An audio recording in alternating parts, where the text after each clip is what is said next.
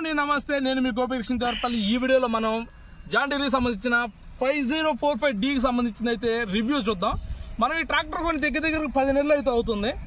So చాలా మంది కింద కామెంట్ సెక్షన్లో అయితే అడుగుతున్నారు, పత్తి రేట్లు పెట్టేటప్పుడు కింద కామెంట్ సెక్షన్లో అడుగుతున్నారు ఏంటంటే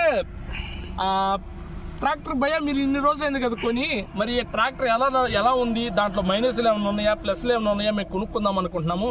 అలాగే దాంట్లో మాకు రేటు కూడా కొంచెం పర్ఫెక్ట్గా చెప్పండి. చాలా మంది వీడియోస్ చెప్తున్నారు కానీ దాంట్లో ఫేక్ రేట్స్ అయితే చెప్తున్నారని కింద కామెంట్ సెక్షన్లో అయితే చెప్పారు.